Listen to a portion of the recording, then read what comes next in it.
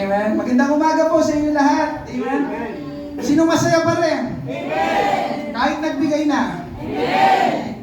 Thank you, Lord. Maraming salamat po sa inyong pagdalo ngayong umaga at maraming salamat po sa inyong patuloy na pagbibigay po sa gawain ng ating Panginoon. Amen? Hallelujah. I pray na marami pang ibangon ng Panginoon na mga disciple dito sa church. Amen? Hallelujah. Ngayong umaga, sa salita po ng Diyos, Joshua chapter 6.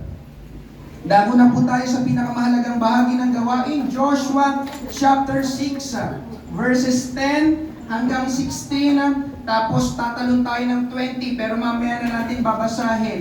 Amen? Nang tawagin po ng Diyos si Abraham, ay pinangakuan ng Diyos si Abraham na siya ay magmamana ng lupain. O mas kilala natin sa tawag na lupang pangako. Promised land, na magiging tirahan, hindi lang ni Abraham, kundi pati ng kanyang magiging susunod na lahi. At sino pong naniniwala, mga kapatid, na kapag ang Diyos ay nangako ng pangako, ang pangako ng Diyos ay siguradong napakabuti. Amen. Ibig sabihin, ikabubuti natin, ikaliligaya natin, tayo ang makikinabang. So sa madaling sabi mga kapatid, ang pangako ng Diyos ay pagpapala sa atin. Amen. Ganun po ang larawan ganun ang larawan ng lupang pangako na pinangako ng Diyos kay Abraham. Numbers 13:27, sinabi nila kay Moises, pumunta kami sa lugar na pinapuntahan mo sa amin. Maganda at masagana ang lupain iyon. Sa katunayan, heto ang mga prutas. Pansinin nyo, amen, pinapunta ni Moises, nagpadala siya ng mga espiya sa lugar na yun, doon sa lupa na kanilang aariin, na pinangako ng Diyos sa kanila. Pagbalik ng mga espiya kina Moises, ang report nila, ang sabi nila, maganda at masaganang lupain. Amen? Hindi nila nakita na, Moses, yung pinangako ng Diyos, ang pangit. Hindi. Amen? Sinabi niya, maganda at masaganang lupain. Amen? Hallelujah. Tapos ang sabi pa, sa Deuteronomy chapter 8, verses 7 to 9, sapagkat dadalhin kayo ng Panginoon na inyong Diyos sa magandang lupain na may mga sapa at mga bukal na umaagos sa mga lambak at mga kaburulan. Ang lupain ito ay may mga trigo, cebada, ubas, igos, pomegranata, olibo at pulot, yung honey. Hindi kayo mawawala ng pagkain sa lupain ito. At hindi kayo kukulangin ng anuman. Makakakuha kayo ng bakal sa mga bato nito. Pwede ba yun? Bakal, makakuha doon sa mga bato. At makakahukay kayo ng tanso sa mga kabundukan. Na-imagine nyo mga kapatid, yung lupa na pinangako ng Diyos sa Israel. Amen? Tignan nyo, sabi mga kapatid, hindi kayo mawawala ng pagkain, hindi kayo kukulangin. Pwede natin sabihin mga kapatid na doon sa lupain na yon, nandoon na ang lahat ng kakailanganin ng Israel para mabuhay. Kaya totoo mga kapatid na pangabuti ng pangako ng Diyos. Amen. Alam nyo mga kapatid, hindi lang yung totoo sa Israel. Amen? Dahil ikaw at ako ay tinawag rin ng Diyos upang maligtas at maging mga anak niya.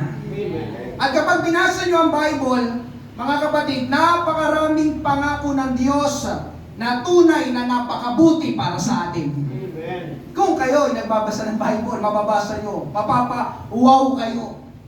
Itong pangako ng Diyos sa akin, for I know the plans. Sabi ng Diyos, I have for you. Amen? Plans to prosper you and not to harm you. Plans to give you hope and a bright future. Isa yun sa aking favorite memory verse, Jeremiah 29:11. Amen. Amen? Pangako ng Diyos, mga kapatid, sa sino mang sasampalataya sa kanyang bugtong na anak na si Jesus ay magmamana ng buhay na walang hanggan sa langit. Amen. Kaya mga kapatid, mabuting pangako. Amen? Pangako ng Diyos na kapag ikaw ay sumampalataya sa Panginoon para din sa kaligtasan ng iyong pamilya, sila din ay maliligtas. Pangako, mabuting pangako ng Diyos. Amen? At marami pang iba mga kapatid. Subalit ngayong umaga, oo, napakabuti ng pangako ng Panginoon, pero ang pangako po ng Panginoon ay hindi automatic. Amen? Ano pong ibig sabihin nun? Amen? Na basta matatanggap na lang natin ang pangako ng Diyos ng madalian. Dahil kapag binasa niyo po ang Bible, nang papasukin na ng Israel ang lupang pinangako ng Diyos sa kanila, ay merong mga kalaban na kakaharapin nila bago nila tuluyang mapasok ang lupang pangako. Hindi sinabi ng Panginoon, okay, pasok na kayo. Amen? Yung lupang aariin nila, may mga nakatira na ibang lahi o kalaban nila. Bago nila tuluyang mapasok yun, kailangan muna nila sila lahat talunin, harapin. At yun ang katotohanan ng buhay, mga kapatid. Amen? May magandang pangako ang Diyos sa atin. Pero gusto ko sabihin sa iyo na merong mga hadlang at harang sa pangako ng Diyos para sa iyo. Amen po ba? Amen. Ang unang kalaban o ang unang bayan na ating pag-uusapan din ngayong umaga na kanilang nakaharap ay ang lugar ng Jericho. Ang Jericho po ay kilala sa mataas, makapal, at matibay na pader. Amen? Na sa panahon nila, yun po ay imposibleng matibag at bumagsak. Ayon po sa nabasa ko, ang pader ng Jericho ay may taas na hanggang 15 hanggang 20 feet. Ilang palapag yun? Kasi ang 15 feet yung average height ng giraffe. Alam niyo po yung height na giraffe? May mahabang leeg. Ang normal na height nun ay 15 feet. So dagdagan mo pa ng konti, ganun kataas yung pader ng Jericho. At ang sabi pa sa nabasa ko, hindi lang isang pader, kundi merong outer wall at merong inner wall, dalawang pader. So ang height, nasa 15 hanggang 20 feet. Tapos mga kapatid, ang kapal ng pader ay 6 feet. Sino pong 6-footer dito? Si Padre Pedro, ikaw ba 6-footer? Yung height. Nasa 6 foot ka ba? Padre Ogie, nasa 6 ano ka ba? Nasa 6 foot ka ba? 6-footer? Wala. So, biruin nyo, Padre Ogie, medyo matangkad na. Dagdagan mo pa ng konti. Ganun yung lapad, yung kapal ng pader. Na-imagine nyo po yung pader ng Jericho, hanggang 20 feet, tapos ang kapal niya 6 feet. Kaya naghanap ako ng 6-footer eh. Pahigain mo yon, ganun yung kapal nung pader. Amen? At yung pader na yun, mga kapatid, ay nakapalibot sa buong Jericho. Nakapalibot yun sa buong Jericho. Kaya tingnan nyo sabi ng Bible, Joshua 6:1, ang Jericho nga ay ganap na nakasara dahil sa mga anak ni Israel. Natatakot kasi sila, alam nila, malapit na sa kanilang Israel. Walang nakakalabas, walang nakakapasok. Walang nakakalabas, walang nakakapasok dahil sa taas at kapal ba naman ang pader. Amen? Sino mang magtangkang pasukin ng Jericho ay kailangan munang dumaan sa pader ng Jericho. Pader na parang imposibleng magiba. Kaya nakagawa sila ng pangalan. Hindi ko alam kung narinig nyo na ito. Tinawag nila yun na Walls of Jericho. Kapag naririnig nyo po yun, yun ay tumutukoy sa lakas at depensa ng lugar ng Jericho. So binanggit ko po kanina, may pangako ang Diyos, napangabuti ng pangako ng Diyos, pero may pader ng Jericho. Kapag sinabing pader, harang. Ano ito? Pader. Hindi ka basta-basta makakalusot sa kabila. Hindi ka dito tatagos. Tama ba? Amen. Hindi ka makakapunta sa kabila kasi may pader. Nandoon yung pangako ng Diyos pero may pader. Nakuha niyo po mga kapatid yung ilustrasyon? Amen. At kapag sinabing harang, yun na nga, hindi ka basta-basta makakapasok, hindi ka basta-basta makakatawid sa kabila. Ngayong umaga mga kapatid, ito po ang aking ipapangaral. May pangako ang Diyos pero may pader. May harang, may hadlang para mangyari, para marating at para matanggap natin ang magaganda at mabubuting pangako at pagpapala ng Diyos sa atin.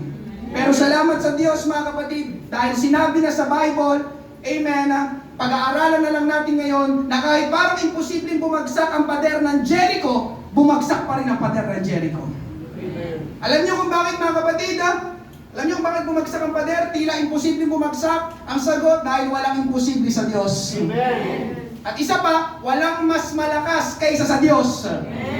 Amen. At yun po ang ating titignan ngayong umaga, kung anong ginawa ng Israel. Okay? Yun natin titignan kung anong ginawa. Yung tila imposible pader na paano bumagsak yun? Anong ginawa ng Israel? Paano bumagsak ang mataas, makapal at matibay na pader ng Jericho na humaharang sa lupang pinangako ng Diyos sa kanila? Amen. Bakit? Dahil yun din ang kailangan natin gawin para bumagsak ang mga pader na nakatayo sa harapan natin o sa pagitan natin at ang mabubuting pangako ng Diyos. Amen? Basahin po natin Joshua chapter 6 verses 10 hanggang 16. Tatalon tayo ng verse 20. At iniutos ni Joshua sa bayan, huwag kayong sisigaw, ni maririnig ang inyong tinig. By the way, matanong ko lang, amen, ngayon nyo lang ba narinig itong kwento na ito? Sino po dito first time lang ito? Actually, ito po isa sa mga sikat na kwento sa Bible, amen? Yung pagbagsak ng walls of Jericho, amen? Huwag kayong sisigaw, ni maririnig ang inyong tinig, ni magsasalita ng anumang salita, hanggang sa araw na aking sabihin kayo'y sumigaw, at saka lamang kayo sisigaw. Kaya't kanyang inilibot na minsan sa lungsod ang kaba ng Panginoon. Sila'y pumasok sa kampo at nagpalipas ng gabi doon. Kinaumagahan, si Josue ay bumangong maaga at binuhat ng mga pari ang kaba ng Panginoon. Ang 7 hari na may dalang 7 tambuli na mga sungay ng tupa ay lumakad na pasulong sa unahan ng kaba ng Panginoon habang patuloy na hinihipa ng mga tambuli. Trumpets. Ang mga lalaking may sandata ay nauna sa kanila at ang bantay sa likuran ay sumusunod sa kaba ng Panginoon habang patuloy na hinihipa ng mga tambuli. Sa ikalawang araw ay minsan silang lumakad sa palibot ng lungsod at bumalik sila sa kampo. Gayon ang kanilang ginawa sa loob ng 6 na araw. Verse 15, at nangyari ng ika-7 araw nang mag-uumaga na, sila'y maagang bumangon at 7 ulit silang lumakad sa palibot ng lungsod ng Jericho ito. Sa gayon ding paraan, ng araw lamang na iyon, sila lumakad ng 7 ulit sa palibot ng lungsod. Verse 16, sa ika-7 ulit, nang hipa ng mga pari ang mga tambuli, ay sinabi ni Josue sa bayan, sumigaw kayo, sapagkat ibinigay na ng Panginoon sa inyong lungsod. Verse 20, kaya't sumigaw ang bayan at hinipa ng mga tambuli. Nang marinig ng bayan ang tunog ng tambuli, ang bayan ay sumigaw ng napakalakas. Ang pader ay gumuho, kaya't ang bayan ay lumusot sa lungsod. Ang bawat lalaki ay tuloy-tuloy na pumasok at kanilang sinakop ang lungsod. Pagpalain ng Diyos ang pagkabasa ng kanyang salita. Mga ngaral ako ngayong umaga, breaking down the walls. Kailangan matibag, bumagsak yung pader na nasa harapan mo. Dahil sa kabila nun, pwedeng nandoon ang Diyos, ang pangako ng Diyos, ang pagpapala ng Diyos. Kaya lang, hindi ka basta-basta makakalusot, makakatagos, makakapunta doon dahil may pader.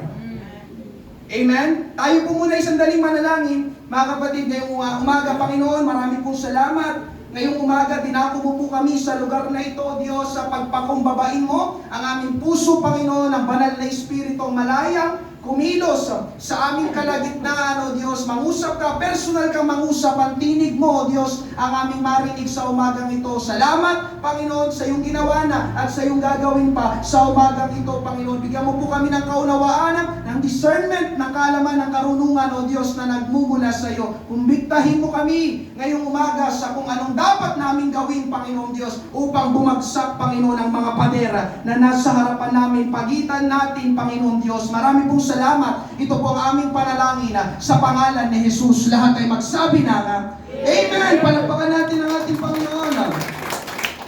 Praise God. So ito po ang mga kailangan nating gawin para mapabagsak po natin ang mga pader na nakaharang sa mga pangako ng pagpapala ng Panginoon sa atin. Una, mga kapatid, obeying the plan. Pagsunod sa plano. Obeying the plan. Plano ng Diyos. Amen? Narito na po ang Israel. Malapit na sila sa lupang pangako. Malapit na sila sa pagpapala. Subalit pagdating nila sa Jericho, ay merong mga nagtataasang makakapal na pader na nakapalibot sa buong bayan. At sa panahon nila, mga kapatid, wala pa naman silang mga kagamitan tulad ng hagdan. Yung ladder, yung, di ba, yung sinidina sa construction. O kaya yung mga grappling ropes or hooks, di ba, yung, tapos yung, amen? Para makakit po sila sa pader. Ang tanging paraan, mga kapatid, para mapasok nila ang Jericho noon, ay kailangan mapabagsak nila ang mga pader ng Jericho. Pero ang tanong ngayong umaga ay paano? Ang taas, ang kapal. Wala kaming mga kagamitan. Meron lang kami espada, sibat. Amen? Mabuti na lang mga kapatid ay may plano ang Diyos kung paano. At sinabi po ng Diyos ang kanyang plano sa Israel. Verse 11, kaya't kanyang inilibot na minsan sa lungsod ang kaban ng Panginoon. Sila'y pumasok sa kampo at nagpalipas ng gabi doon. Amen. Saan nila kailangan ng pagtatagumpay? Sa mga pader na humahadlang. Kaya sinabi ng Diyos sa kanila, ilibot ninyo ang kaban ng Panginoon sa mga pader. Ang kaban po na tinutukoy dito, ang kaban ng Diyos ay tumutukoy po sa presensya ng Diyos. Amen. Ang kaban, kumbaga mga kapatid, na naroon ng Diyos. Amen? Amen? Siya ay nasa lahat ng lugar, pero sa Bible, meron pang parang lugar na specific na doon na nananahan ng Panginoon. Kaban ng Panginoon. Amen? Pinalibot ang kaban ng Diyos sa mga pader dahil ang Diyos ang totoong makakatulong sa kanila para makuha nila ang tagumpay na mapabagsak ang mga pader. Amen? Sinasabi dito ng Panginoon, mga kapatid, na imposible sa tao na mapabagsak ang ganong kataas at kakapal ng pader ng Jericho. Pero walang imposible sa Panginoon. Amen. Kaya sabi, amen, dinala ang kaban ng Panginoon sa mga pader. Ganitong gawin ninyo. Yan ang harang, yan ang hadlang, dalhin ninyo ang kaban ng Panginoon sa mga pader. Ilibot ninyo dyan. Ibig sabihin, mga kapatid, dito sa tagpong ito, kaya nila dinala yung kaban ng Panginoon sa mga pader, depende sila sa Diyos. Panginoon, hindi namin kaya itong pader na ito. Sabi ng Panginoon, di isalin niyo ako, dalhin niyo ako doon sa pader. Inilibot nila. Amen? Lord, hindi namin kaya ito. Wala kaming gamit, ang taas, ang kapal. Ano namin mapapasok yon? Sabi ng Panginoon, amen? Walang makapal at mataas sa akin na pader. Amen? Kaya mga kapatid, ang kailangan din natin gawin, isali natin ang Panginoon sa mga gagawin natin. Amen. Amen? Pero pastor, kung yun ang kailangan para bumagsak ang mga pader, nasaan ang kaban ng Panginoon ngayon? Kasi meron silang kaban ng Panginoon noon. Pero paano tayo ngayon? Tandaan mga kapatid, anumang pisikal na pangyayari o bagay sa lumang tipan ay espiritual na katotohanan sa bagong tipan. Ang kaban, listen, amen, ito na tayo. Ang kaban ng Panginoon sa panahon natin ay panalangin. Nakuha po ba? Amen. Ang kaban ng Panginoon sa panahon natin ay panalangin. Amen. Nandiyan pa po ba kayo? Amen. Matthew chapter 6, verses 9 to 10, 9 to 10, manalangin nga kayo ng ganito. Ama naming nasa langit, sambahin nawa ang pangalan mo, dumating nawa ang kaharian mo, masunod nawa ang kalooban mo, kung paano sa langit, gayon din naman sa lupa. Si Jesus po nagsasalita dito mga kapatid, at ang sinasabi niya, para dumating ang presensya ng Panginoon na mula sa langit, papunta sa iyong kalagayan, dito sa lupa, ay kailangan mong manalangin. Amen. Lord, hindi namin kaya pader. Sabi ng Panginoon, dalhin niyo ako doon. Amen? Panginoon, ang kaharian mo, ang kalooban mo, kung paano sa langit, ganun din naman sa lupa. Amen? Ngayong umaga mga kapatid, pakinggan mo ito, kalooban ng Diyos na pagpalain ka. Amen. Ano sa langit, maging ganun dito sa lupa. Amen? Kalooban ng Diyos, pagpalain ang inyong pamilya. Kalooban ng Diyos, pagpalain ang inyong pag-aasawa. Kalooban ng Diyos, pagpalain ang inyong trabaho. Kalooban ng Diyos, pagpalain ang inyong mga negosyo.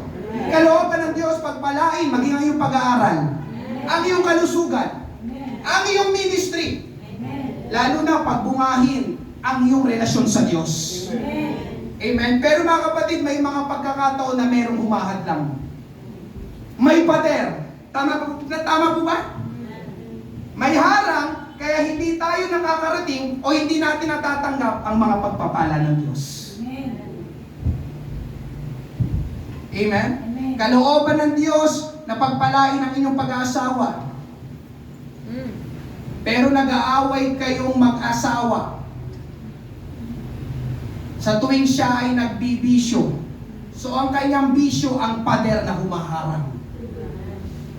Nakuha niyo po? Kalooban ng Diyos pagpalain ang inyong marriage. Pero pag umuwi siya, di ba napasuray-suray? Uwi ka na naman.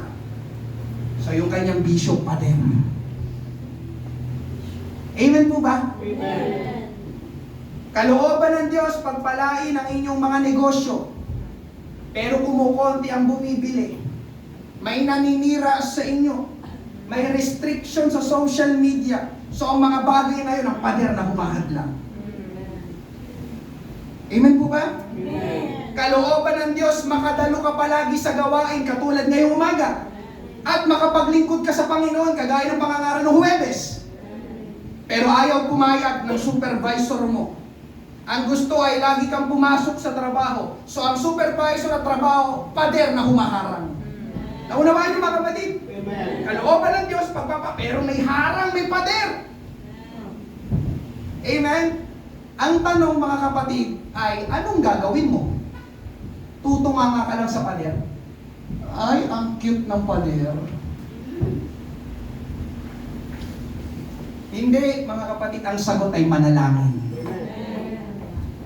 Ipanalangin mo na bumagsak ang pader na nakaharang para matanggap mo ang pangako ng pagpapala ng Panginoon. Mga kapatid, kanina, bakit nila dadalhin ang kaba ng Diyos sa mga pader? Dahil depende sila sa Diyos. Ganon din mga kapatid, ang panalangin pagdepende sa Diyos. Lord, hindi ko ito kaya. May pader, Panginoon. Amen. Hindi ko kaya, Panginoon. Tulungan mo ako. Panalangin, pagdepende sa Diyos. Amen? Hallelujah. Ngayong umaga mga kapatid, andito na tayo sa panalangin.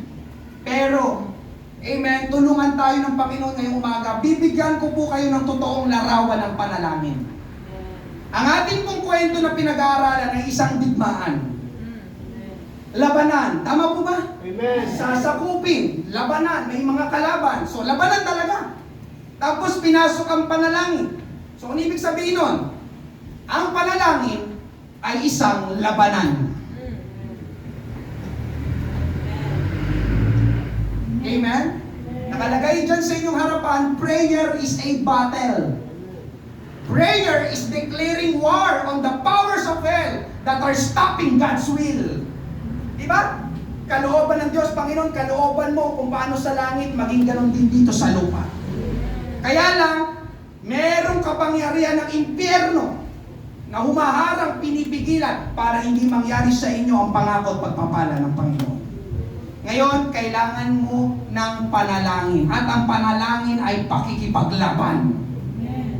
Ayan po ba? Kalooban ng Diyos na makapasok ang Israel, mapasok ng Israel ang lupang pangako pero may pader na nakaharang, hindi nila yung pwedeng titigan lang, kailangan nilang lumaban. Ganon din sa ating mga kapatid, kalooban ng Diyos na tayo ay pagpalain, pero may mga pader na nakahadlang. Kailangan mong lumaban sa panalangin. Kailangan mong ipaglaban sa panalangin.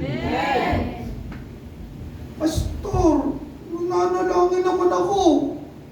Lord, salamat sa pagkain. In Jesus' name, Amen. Mga kapatid, hindi yun yung panalangin na tinutukoy dito. At hindi yun ang panalangin na nakakapagpabagsak ng pader.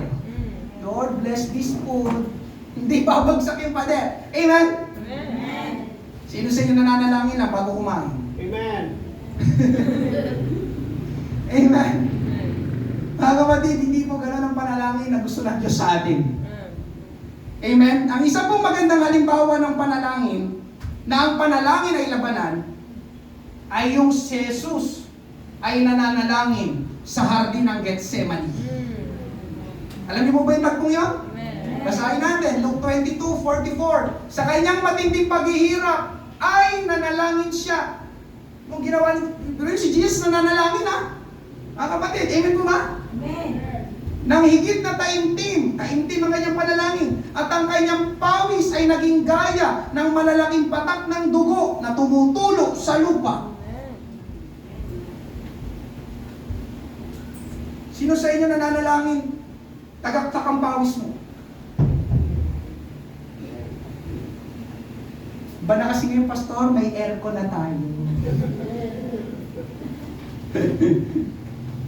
Mga kapatid, si Jesus ito, pinagpawisan sa panalangin. Bakit siya pinagpawisan? Dahil sa bigat ng kanyang damdamin. May labanan sa kanyang kalooban. Matindi ang pangangailangan. Amen.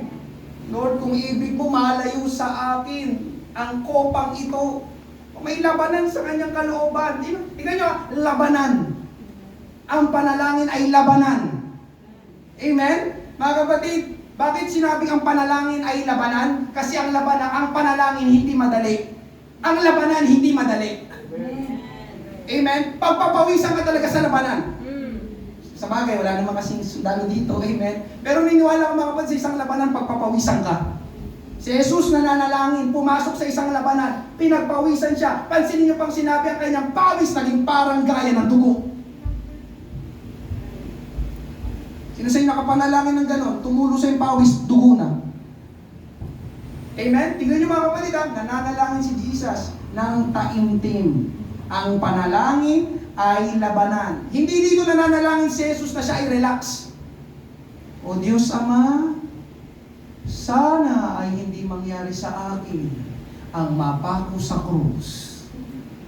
Hindi. Amen. Pansinin nyo, ilagay nyo yung emosyon nyo dito kay Jesus habang nagsasalita siya. Habang kinukwento ito. Amen. Ibinuhos ni Jesus ang kanyang kaluluwa sa panalangin. Alam mo yung may matindi kang pangangailangan, tapos yung mukha mo hindi na maipinta kapag nananalangin ka. Sino sa inyo nakaranasan ng ganon? Hindi na maipinta, di ba? Yung naiiyak ka na, nagmamakaawa ka na sa panalangin. Hindi ko nakala kung naranasan yun na. Amen? Yun mga kapatid ay pagpapakita na seryoso ka sa panalangin. Dahil ang panalangin ay labanan. Marami po sa ating mga kapatid ay kapag nanalangin, Lord, tulungan mo ako. Amen? Ganun lang palagi. Opo, mabuti yun, pero hindi lang po ganun ang panalangin. Lagi, Lord, tulungan mo ako. Napansin niyo po ba mga kapatid sa ating mga announcement? Pakinggan niyo ito. Ang prayer natin every morning, 6 to 7, 7 to 8, hindi ko naman sinabing sagarin mo, pwede ka manalangin 20 minutes, 30 minutes, 40 minutes, 50 minutes, pwede pang umabot ng isang oras. Pero yung panalangin na, Lord, tulungan mo ako, wala pa atang 10 seconds. Tama po ba? Amen. Yung Lord, tulungan mo ako, hindi yun nakakapagpabagsak ng pader. Lord, tulungan mo ako.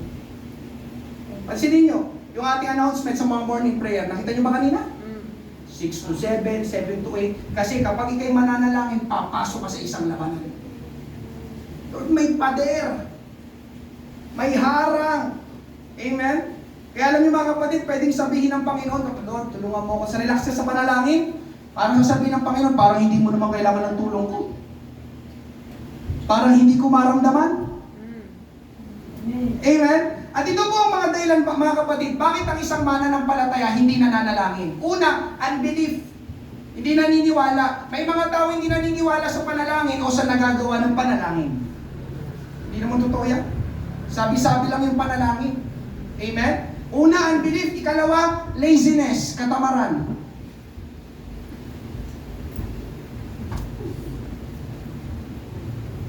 Amen.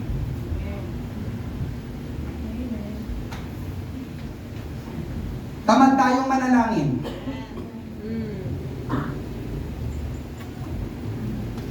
Pastor, paano mo nasabi? Una, dahil walang pumupunta kapag morning prayer para manalangin. Katamaran. Ikalawa, Pastor, paano mo nasabing tamad tayong manalangin? Pinapasuyo na lang natin kay Pastor na ipanalangin ang pangangailangan natin. Pastor, pangangailangan ko, ipanalangin mo lahat. Ako man. Ako lang. Amen. Ako, panalangin. Pastor, panalangin.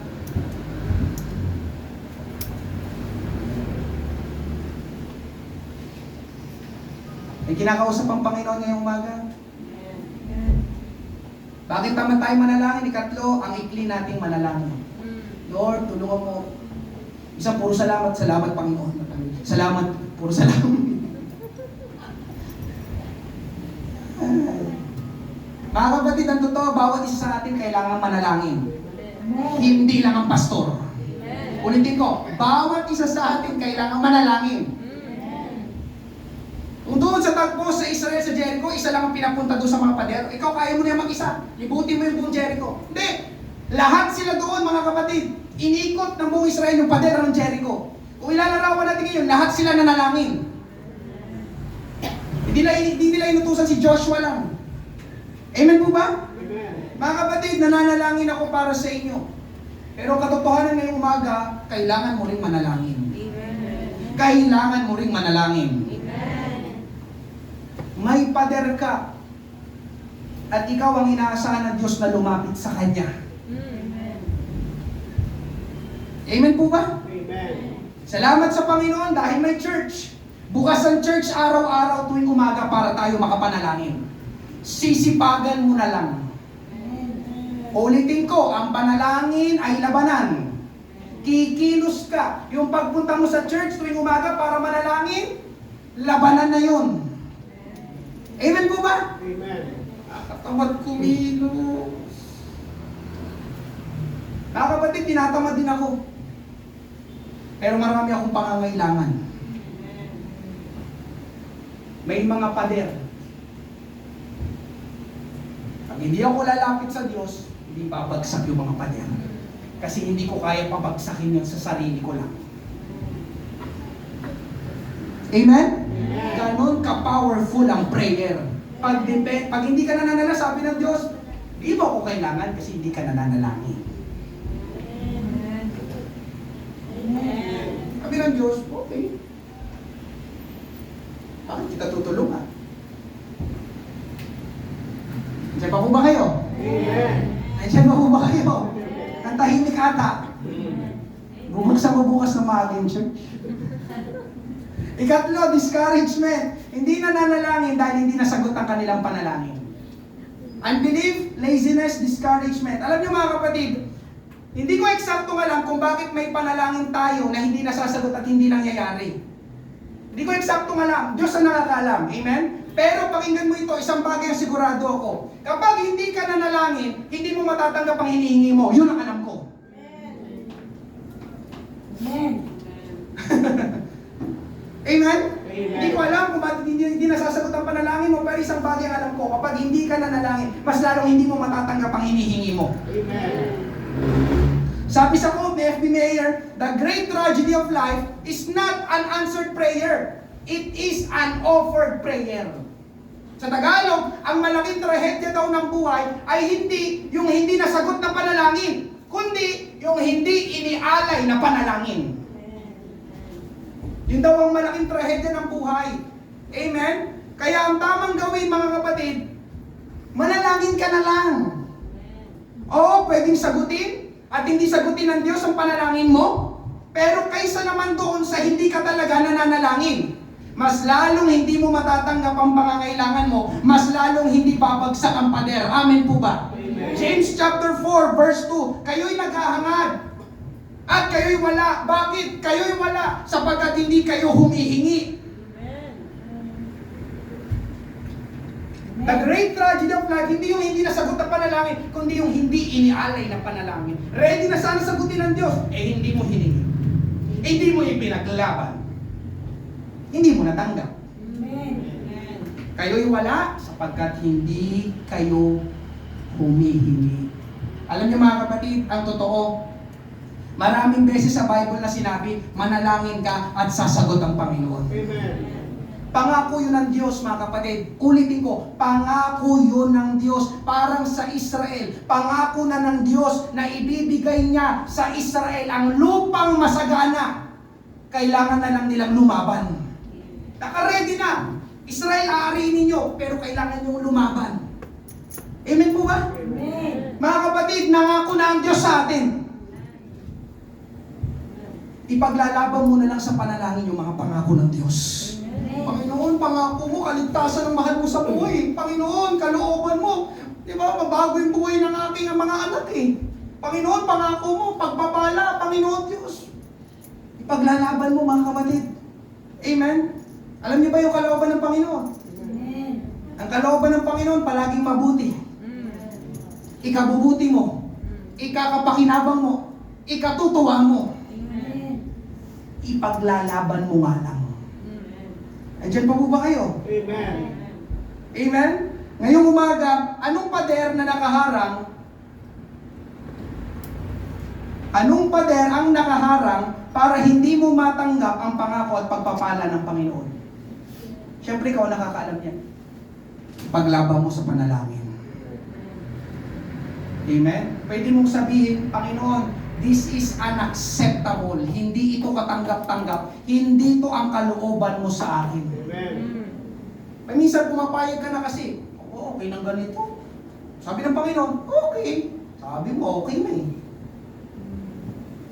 Lord, this is unacceptable. Hindi ito katanggap-tanggap. Hindi dapat kami nag-aaway na mag-asawa. Dapat pag Sunday, palagi kami nasa church. Hindi ito katanggap-tanggap. Kailangan bumagsak ang pader na ito. Amen? Mga kapatid, ito ang plano ng Diyos, ito ang paraan ng Diyos. Nagbigay ang Diyos ng instructions kung paano nila mapapabagsak ang mataas at malapad na pader ng Jericho. At ang una dito ay kailangan nilang dalhin, ilibot ang kaba ng Diyos, ibig sabihin ay isali ang Diyos sa eksena. Ganon din sa atin mga kapatid, may pader. Amen? Pero tayo ang sumusukat ng pader, tayo ang nag-uusisa kung paano natin mapapabagsak ang mataas at makapal na pader. Naniniwala ako may sarili tayong plano at paraan. Can you say amen? Pero mga kapatid, amen, gusto kong maunawaan mo na hindi mo kaya mag-isa. At hindi mo mapapabagsak ang mataas at makapal na pader sa sarili mong kakayahan. So ano ibig mo sabihin, Pastor? Kailangan mo ang Diyos. Sa ayaw at sa gusto mo, kailangan mo ang tulong ng Diyos. Kailangan mong sumunod sa plano ng Diyos. At ang plano ng Diyos ay manalangin ka sa Kanya. Isali mo siya. Dahil siya ang totoong makakatulong sa iyo para bumagsak ang pader. Amen? Kaya ang first point mga kapatid, obeying the plan. May plano ang Diyos. Pero kung hindi ka susunod, walang mangyayari. Kaya ang dapat gawin, may plano ang Diyos, kailangan mong sumunod sa plano ng Diyos. Bakit ka susunod sa plano ng Diyos? May dalawang dahilan. Una, susunod ka sa plano ng Diyos dahil hindi ka mas magaling kaysa sa Diyos. Sino dito mas magaling kaysa sa Diyos? Mas maganda plano ko kaysa sa Panginoon. Ang plano ng Diyos, palaging mas mabuti kaysa sa plano mo. Ikalawa, bakit ka susunod sa plano ng Diyos? Dahil alam ng Diyos ang ginagawa niya. Alam ng Diyos ang sinasabi niya. Alam ng Diyos ang inuutos niya. Amen? Ang kailangan mo lang gawin mga kapatid, sumunod ka sa Diyos. Isaiah chapter 1 verse 19, kung kayo'y sasang-ayon at magiging masunurin, kayo'y kakain ng mabubuting bagay ng lupain. Kung kayo'y sasang-ayon, magiging masunurin, kayo'y kakain ng mabubuting bagay ng lupain. Amen? Hallelujah. Obey the plan. Pangalawa, pag-usapan natin mga kapatid, protecting the miracle. Obeying the plan, protecting the miracle. Pag-iingat sa himala. Nais ko pong sabihin mga kapatid ngayong umaga na hanggang sa oras na ito, listen, nais ko pong sabihin na hanggang sa oras na ito ay naghihimala pa rin ang Diyos. Do you believe? Do you believe? Duda na iba sa himala ang Diyos? Parang di naman. Amen? Kaya ko po magbigay sa inyo ng mga testimony. Narito ang ilan. Sister Marian, Sister Jewel, amen. Si Brother Lilo, tatay ni Sister Irish. Mga may sakit karamdaman, amen. Pinagaling ng ating Panginoon. Amen. Ngayon, maayos sila. Nandyan sila. Amen. Nagpupuri sa Panginoon. Amen po ba? Hallelujah. Mga kapatid, kaya pa rin ng Diyos maghimala o gumawa ng himala. Dito po sa ating kwento, sundan niyo po ako, inihahanda ng Diyos ang Israel sa himala na masasaksihan nila. Papasukin nila ang Jericho. Yun ay himala. Amen? Paano nasabing himala? Biruin nyo, mga kapatid, mataas, makapal, matibay na pader na parang imposibleng magiba, pero ibabagsak ng Diyos. Di ba himala yun? Amen. Pero yung himala ng Diyos, mga kapatid, listen, yung himala ng Diyos ay kailangang maingatan. Ulitin ko, yung himala ng Diyos kailangang maprotektahan. So, anong ibig sabihin nun, pastor? Maghihimala ang Diyos, pero pwedeng mapigilan ang himala ng Diyos. So, sino pipigil, pastor? Tayo mismo. Amen. Ikaw, ako, pwede mong pigilan ang himala ng Diyos. Amen. At alam niyo ng Diyos. Amen? Kilala ng Diyos ang karakter at kalikasan ng tao. At ang isa sa kalikasan ng tao ay ano? Madali tayong makapagsalita ng negatibo. Amen? Sabi niya sa inyong harapan, we speak of the difficulties of whatever we are facing. Ang sinasalita natin ay yung paghihirap na kinakaharap natin. Amen? Tulad sa kwento sa Numbers 13, basahin natin, verse 27, 29, tapos talon tayo ng 31. Kanilang sinabi sa kanya, kami ay dumating sa lupain iyon na kung saan ay sinugo mo kami. At tunay na yon ay dinadaluyan ng gatas at pulot. Magandang lupain, masaganang lupain. At ito ang bunga niyon. Verse 28, gayon man, ang mga tao na tumitira sa lupain iyon ay malalakas. At ang mga bayan ay may pader at napakalalaki. At saka aming nakita roon ang mga anak ni Anak. Si Anak, may anak pa.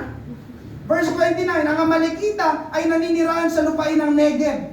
Ang mga Heteo, ang mga Hebuseo, at ang mga Amoreo ay naninirahan sa mga bundok. Ang mga Kananeo naninirahan sa tabi ng dagat at sa mga pampang ng Hordan. Verse 31, ngunit sinabi ng mga lalaking umakyat na kasama niya, hindi tayo makakaakyat laban sa mga taong iyon, sapagkat sila'y malalakas kaysa sa atin.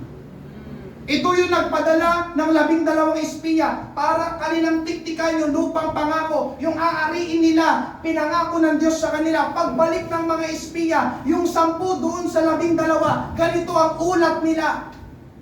Maganda yung lupain, pero matataas ang pader, malalaki ang mga tao, malalakas ang mga nakatira doon.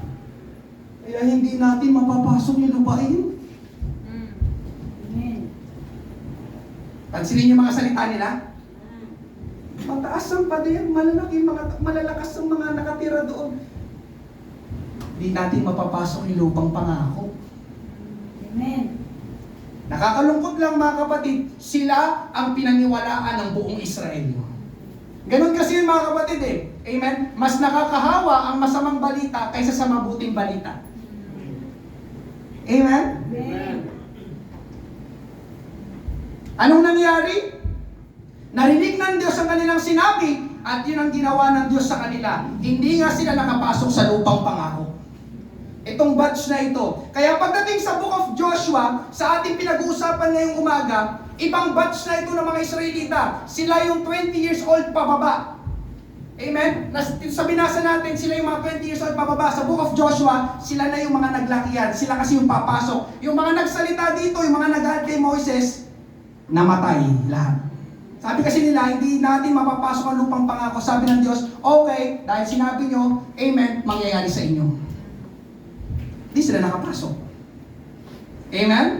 Ibibigay na sa kanila ng Diyos, gigibain na ng Diyos ang pader, pero pansinin nyo ito, bago gawin nyo ng Diyos, may pinagawa muna ang Diyos sa kanila. Verse 10, at iniutos ni Josue sa bayan, huwag kayong sisigaw, ni maririnig ang inyong tinig, ni magsasalita ng anumang salita, hanggang sa araw na aking sabihin kayo'y sumigaw, at saka lamang kayo sisigaw.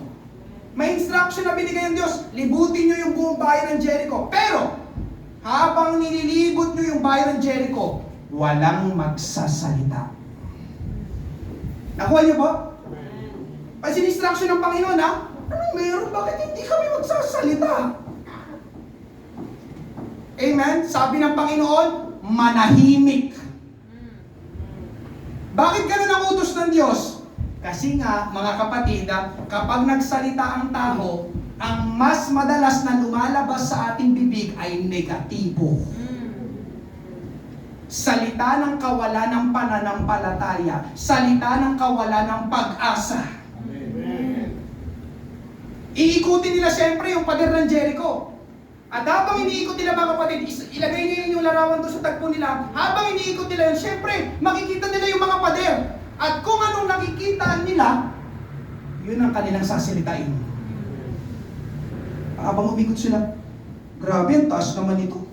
Uy, kapal ng pader, oh. Tingin mo, kaya natin pasukin yung Jericho? Umikot sila, siyempre, kukwentuhan sila.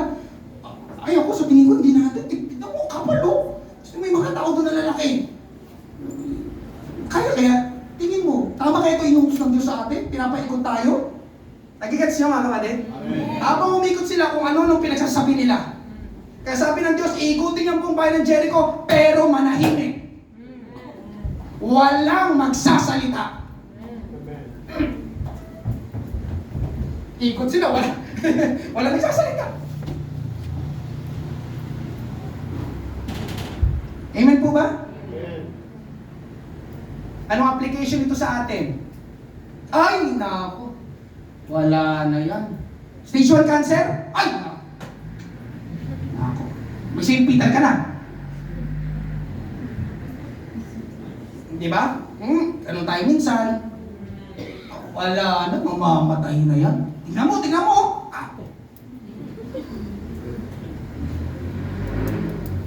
Ay, naku, pastor. Yung anak ko, wala nang pag-asang mabago buhay nun. Yan pa po ba kayo?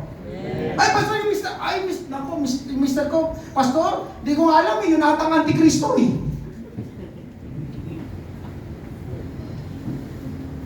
Yung kalagayan namin, pastor, wala. Di na kami makakaahon. Matay na lang kaming ganito. Look at your words. Look at your words. Watch your words. Diyan pa po ba kayo? Amen. Kamusta ka, kapatid ko sa Panginoon? Anong lumalabas sa bibig mo kapag nakaharap ka na sa mahirap na kalagayan sa iyong buhay? Anong lumalabas sa bibig mo? Diyan pa po ba kayo? Amen. Mas madaling magsalita ng negatibo. At alam nyo ng Diyos. Amen? Kaya alam nyo minsan mga kapatid, natutuwa ang diablo kapag nagsasalita tayo. Alam nyo ba yan? Bakit ko nasabi? Dahil kapag nagsasalita tayo, siya ang bida sa sinasabi natin. Na para bang mas malakas ang diablo kaysa sa Diyos. Amen? Andiyan pa po ba kayo? Amen. Kaya sa iyong mga sinasabi, sinong natataas? Sinong naluluwalhati? Sinong namamagnify? Ang diablo? Ang problema? O ang Diyos? May isa pang tagpo sa Bible. Ito ay sa Bagong Tipan. Si Zechariah. Isa siyang high priest. Meron siyang asawa, si Elizabeth. Kaya lang si Elizabeth ay baog. Hindi sila magkaanak. Pero isang araw, habang naglilingkod si Zacharias doon sa templo o doon sa tinatawag na Holy of Holies, naalala niyo Holy of Holies? Amen? Naglilingkod si Zechariah doon sa loob. Nagpakita sa kanya ang isang anghel at nagsabi na sila ay magkakaanak. Basahin natin, Luke 1:10-14. Tapos talon tayo na 18:20. At sa oras ng paghahandog ng insenso, ang napakaraming tao ay nananalangin sa labas. Di ba? Nasa labas lang sila. Last Sunday yung preaching, di ba? Amen? Nagpakita sa kanya, kay Zacharias, ang isang anghel ng Panginoon na nakatayo sa gawing kanan ng dambana ng insenso. Nang makita niya ang anghel, nasindak at natakot si Zacharias. Subalit sinabi sa kanya ng anghel, huwag kang matakot, Zacharias. Bakit? Sapagkat pinakinggan ang panalangin mo. Sumasagot ang Diyos sa panalangin. At ang asawa mo si Elizabeth ay magsisilang sa iyo ng isang anak na lalaki at tatawagin mo siya sa pangalang Juan. Siya si Juan Bautista. Si John the Baptist. Nagbabautismo sa tubig. Nagbautismo kay Jesus Christ sa tubig. Ikaw ay magkakaroon ng kaligayahan at kagalakan at marami ang matutuwa sa kanyang pagsilang. Verse 18, sinabi ni Zacarias sa anghel, paano ko malalamang gayon nga? Sapagkat ako ay matanda na at ang aking asawa ay puspos na ng mga araw. Ibig sabihin yung hindi na yung panahon ng na pwedeng magkaanak yung kanyang asawa. Matanda na sila parehas.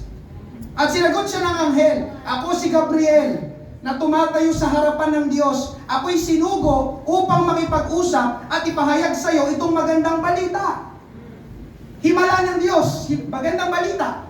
Subalit ngayon, sapagkat hindi ka naniwala sa aking mga salita na magaganap sa kanilang kapanahunan, ikaw ay magiging pipi. Nakasulat ba dyan? At di ka makakapagsalita hanggang sa araw na mangyari ang mga bagay na ito. So narito mga kapatid, nagbigay si Anghel Gabriel ng magandang balita. Zacarias, dininig ng Diyos ang panalangin ninyo. Magkakanak na kayo! Pero ano nangyari mga kapatid? Sa halip na matuwa at magpasalamat si Zacarias, wow! Totoo! Maraming salamat! Magkakanak na kami! Pero hindi mga kapatid. Verse 18, ang unang lumabas sa bibig ni Zacarias ay pag-aalinlangan. Ah, kakala kami? Paano mangyayari yun? Matanda na kami parehas ng aking asawa. Pwede ba yun? Amen. May himalaan Diyos, may pwede ba yun? Papalain ako ng papalain ako. Asawa ko maliligtas. Asawa ko daw, nililigtas. Gagaling ako. Alam niyo mga kapatid, hindi natuwa ang anghel. Anong ginawa niya? Kay Zacarias, siya'y ginawang pipi. Kaya paglabas niya mula doon sa Holy of Holies, tanong ng mga tao, ang tagal mo naman, ano nangyari doon sa loob? Eh hindi na siya makapagsalita. Nag-sign language na lang siya.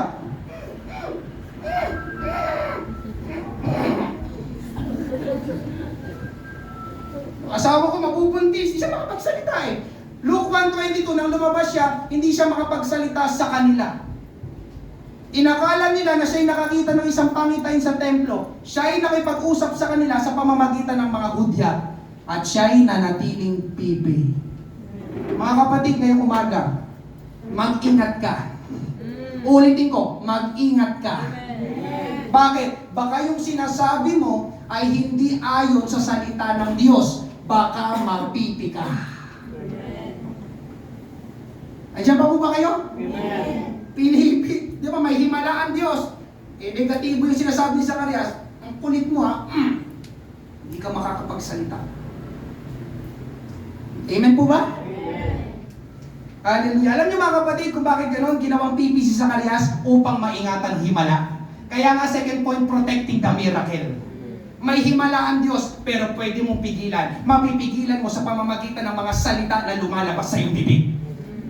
Amen? Kaya doon sa verse 10, balikan natin, huwag kayong sisigaw, ni maririnig ang inyong tinig, ni magsasalita ng anumang salita, hanggang sa araw na aking sabihin, kayo'y sumigaw, at saka lamang kayo sisigaw. Kilala ng Diyos ang tao.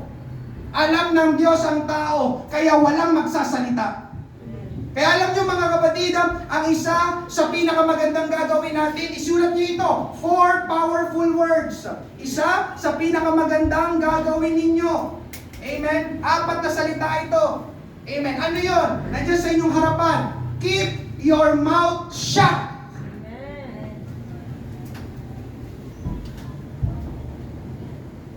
Sa Tagalog, itiko mo ang iyong bibig.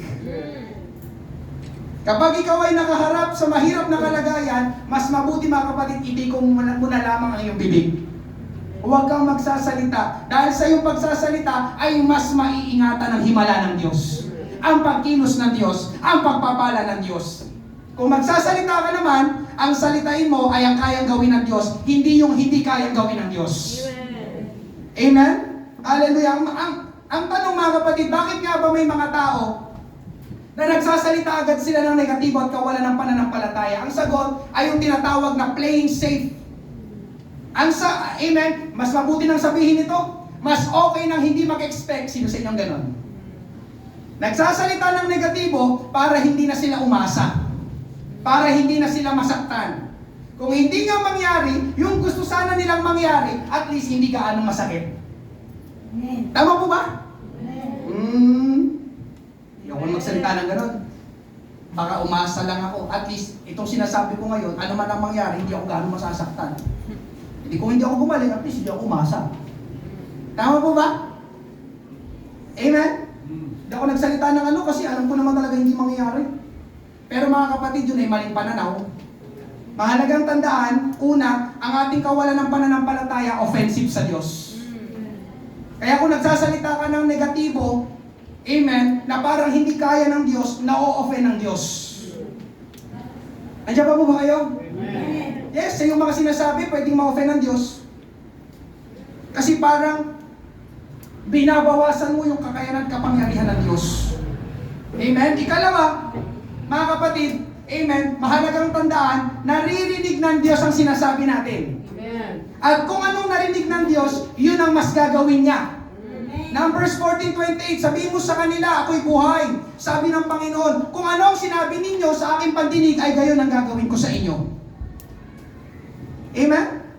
Kung ano ang sinabi ninyo sa aking pandinig, mga kapatid nakikinig ang Diyos, ay gayon ang gagawin ko sa inyo. Mga kapatid, may kinalaman ang ating salita, ang ating sinasabi sa himala ng Diyos. Kung magsasalita tayo ng may pananampalataya sa Diyos. Amen. Matthew 9, verse 28-30, pagdating ni Jesus sa bahay ng kanyang tutuluyan, lumapit sa kanyang mga bulag na lalaki. Tinanong sila ni Jesus, naniniwala ba kayo na kaya ko kayong pagalingin? Kung kayo ang tatanungin ko ngayong umaga, kaya ba ng Panginoon? Amen. Kaya ng Panginoon maligtas ang iyong mahal sa buhay? Amen. Totoo? Naniniwala ka? Amen. Naniniwala ka? Amen. Kaya ng Panginoon baguhin ang buhay ng iyong mga mahal sa buhay? Ng iyong asawa? Ng iyong mga anak? Ng iyong mga apo? Naniniwala ka? Amen. Kita ng Panginoon yung puso mo. Amen? Mga kapatid, kaya ng Panginoon. Kaya ka pagpalain ng Panginoon? Amen. Kaya. Amen? Andiyan pa po ba kayo? Amen. Kaya kang pagalingin? Kaya. Kaya kang bigyan ng maayos sa trabaho ng Panginoon? Kaya. Kaya ng Panginoon iahon, pagpalain ng inyong mga trabaho, tindahan, negosyo? Kaya. Amen po ba? Amen. Tingnan nyo, mabuti na rin, dalawang bulag, sabi nila, sumagot sila, Opo, Panginoon. Kaya mo. Ang sinabi sunod, at hinipon ni Jesus ang mga mata nila, sinabi, mangyari sa inyo ang ayon sa inyong pananampalataya. Kung sinabi ng bulag, hindi mo kaya, Panginoon, sabi ng Panginoon, okay, lista lang ako. Amen po ba? Amen. Ngayong umaga mga kapatid, amen? Hallelujah. Kaya ng Diyos at manampalataya tayo sa Kanya. Amen. Pangatlo at panghuli, surviving the absence, pagliligtas sa kawalan. Amen? Balikan natin ang ating kwento si Jericho. Ang instructions na binigay ng Diyos sa Israel, iikot sila. Ang total na kanilang pag-ikot ay 13 times, 13. Anim na araw, tag-iisang beses sa araw. Pagdating na ikapitong araw, 7 beses na silang iikot. Amen? Joshua 6:14-15. Sa ikalawang araw, ay minsan silang lumakad sa palibot ng lungsod at bumalik sila sa kampo. Ngayon ang kanilang ginawa sa loob ng 6 na araw. At nangyari, ng ikapitong araw, nang mag-uumaga na, sila'y maagang bumangon at 7 ulit silang lumakad sa palibot ng lungsod. Sa gayon din paraan, ng araw lamang na yon sila lumakad ng 7 ulit sa palibot ng lungsod. So ano meron dyan, Pastor? Amen, listen. Sundan niyo po ako. Amen? Di ba iikutin nila ang bayan ng Jericho?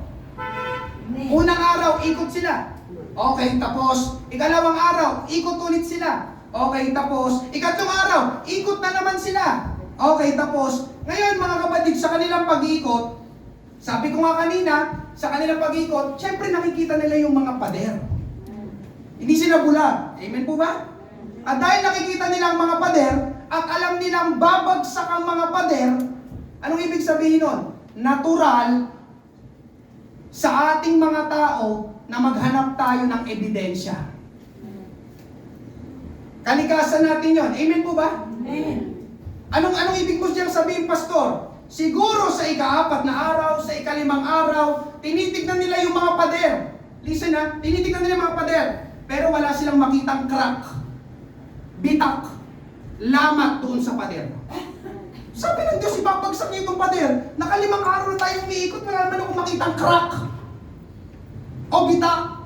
O lamat sa pader na ito. Nakukuha niyo po yung point? Amen? Pero alam niyo mga kapatid, walang sinabi ang Bible na may nababago sa pader habang nag-iikot sila. Pero pinagpatuloy pa rin nilang inutos sa kanila na umikot hanggang sa ikapitong araw. At sa ikapitong araw, 7 beses silang iikot. Amen? Yun pala mga kapatid, doon gigibain. Doon ibabagsak ng Diyos ang mga pader ng Jericho sa ikapitong araw.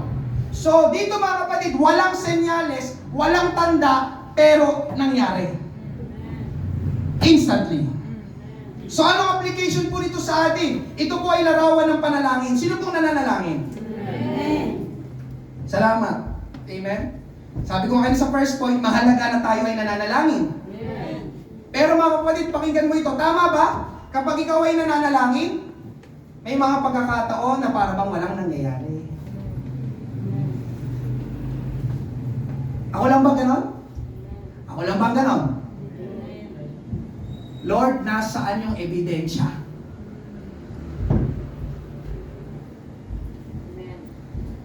Amen. Lord, 1 taon na akong nananalangin. Nasaan yung bitak ng pader?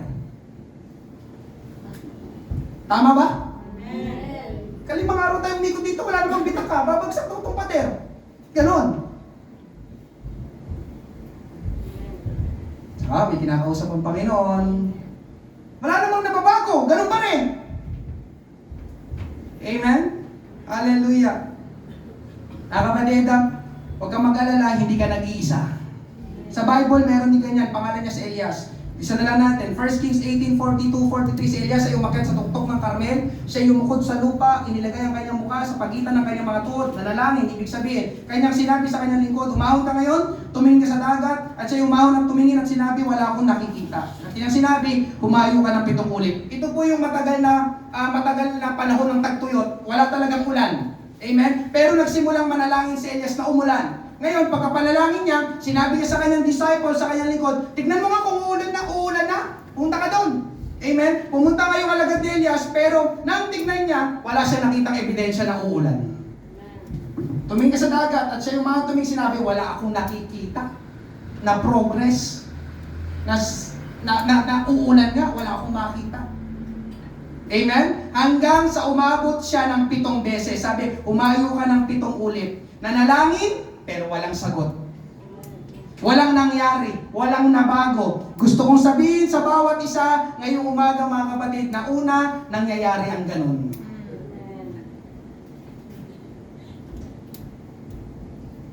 Lord, I pray, but no answer. Ulitin ko, nangyayari ang ganun. Ikalawa, mga kapatid, sabi kasi dito, di ba? Parang may significance kasi ang number 7 sa Bible. Dito, 7 ulit tayo. At tama, 7 ulit tayo. Sa Jericho, 7 beses silang iikot. Pero ngayong umaga, mga kapatid, nakakalungkot man, pero hindi ka lang 7 beses iikot. Hindi ka lang 7 beses mananalangin. Pwede higit pa sa 7 beses.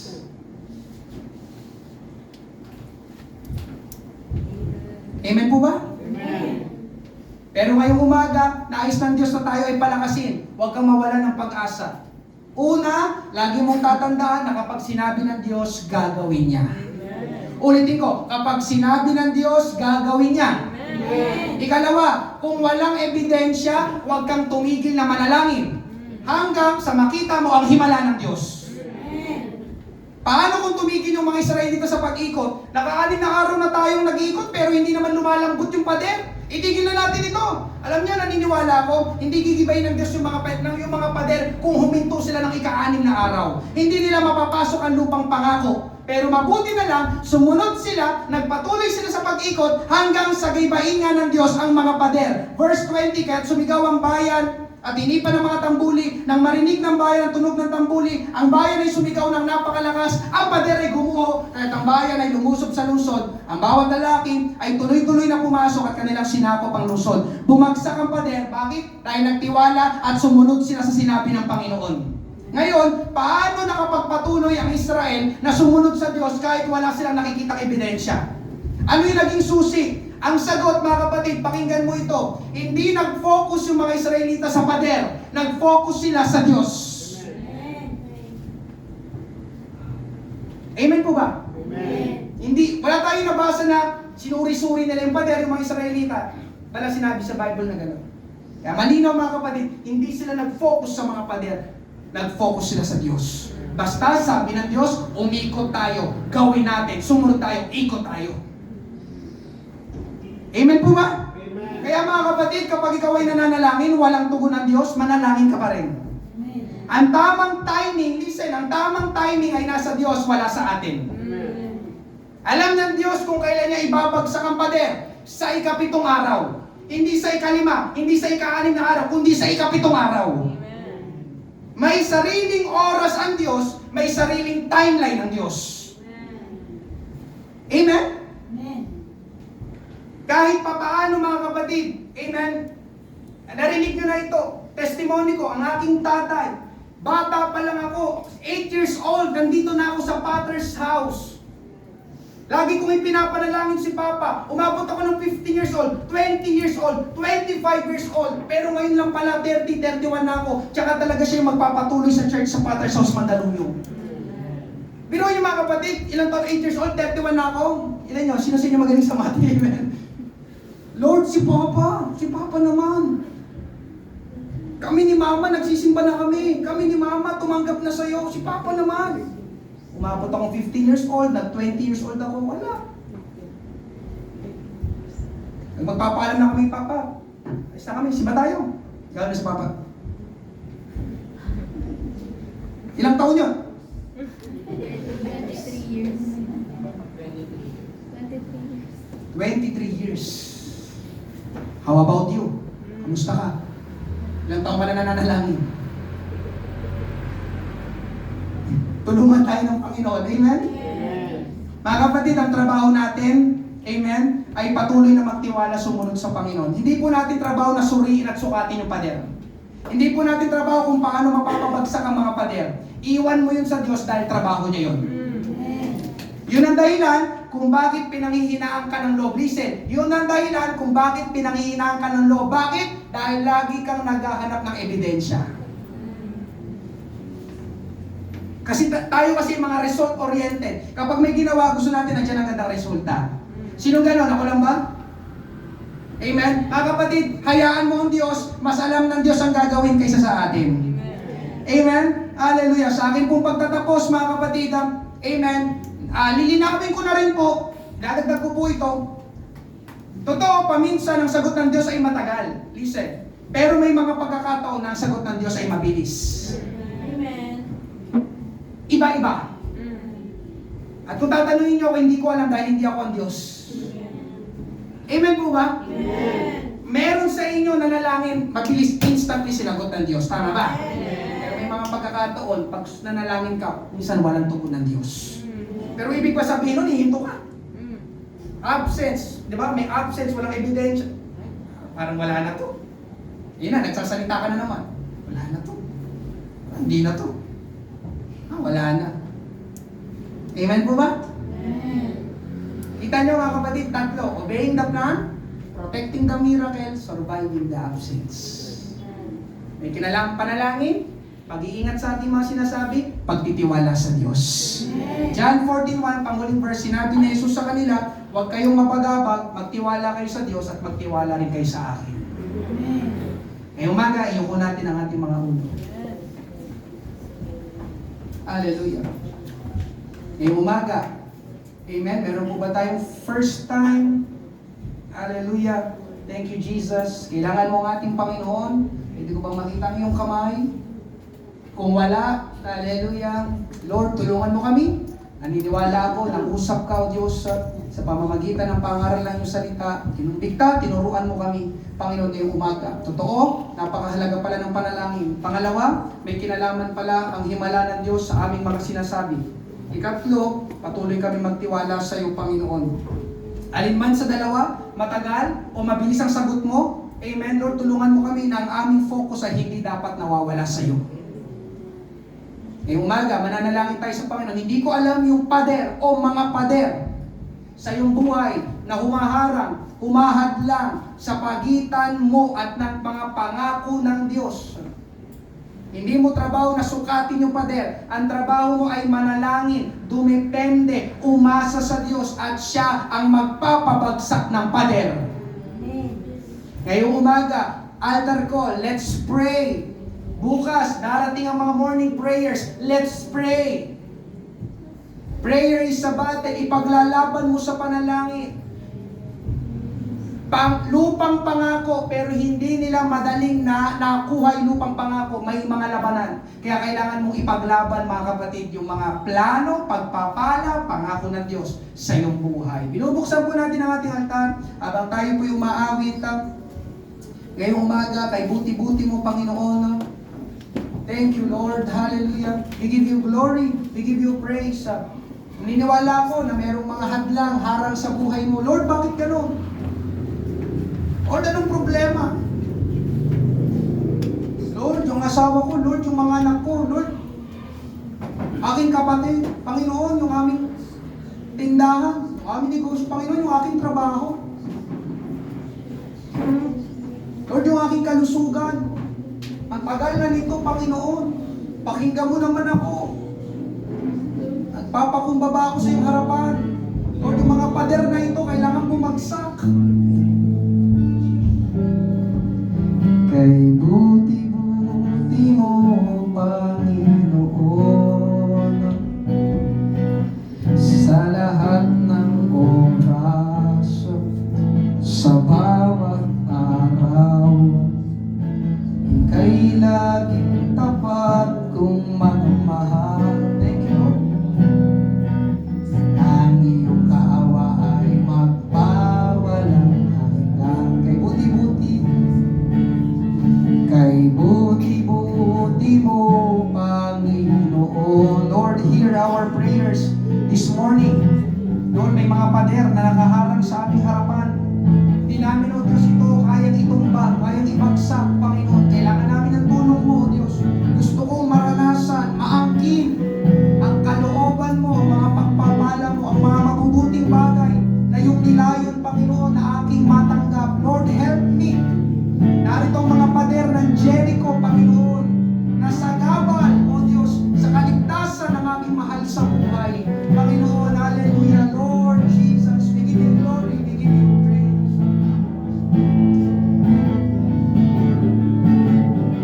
Ika'y malakatuan, tunay na ika'y di nagbabago, mabuti ang Diyos. Tayo ko'y magsita yung lahat, kay buti-buti. Kay buti-buti mo, Panginoon, sa lahat ng oras, sa bawat araw, ika'y laging tapat kung magmahal. Ang iyong kaawa ay magpawa. Habang nakataas ang ating kamay, pinupuri, sinasamba kita.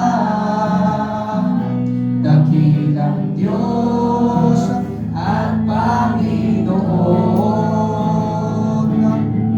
tunay na ika'y walang katulad, tunay na ika'y di nagbabago, mabuti ang Diyos na sa akin nagmamahal. Mabuti ang Diyos. Mabuti ang Diyos na sa akin nagmamahal. Mabuti ang Diyos.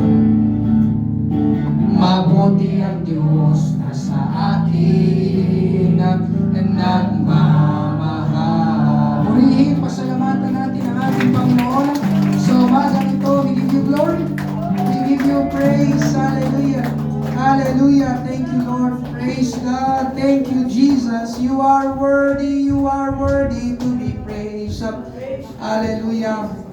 Hallelujah. Iwan ko ito sa inyo. Salamat sa Panginoon. Itong ini-impress ng Panginoon sa akin. Una, amen, unang katotohanan, may mga pader na nakaharang sa ating buhay.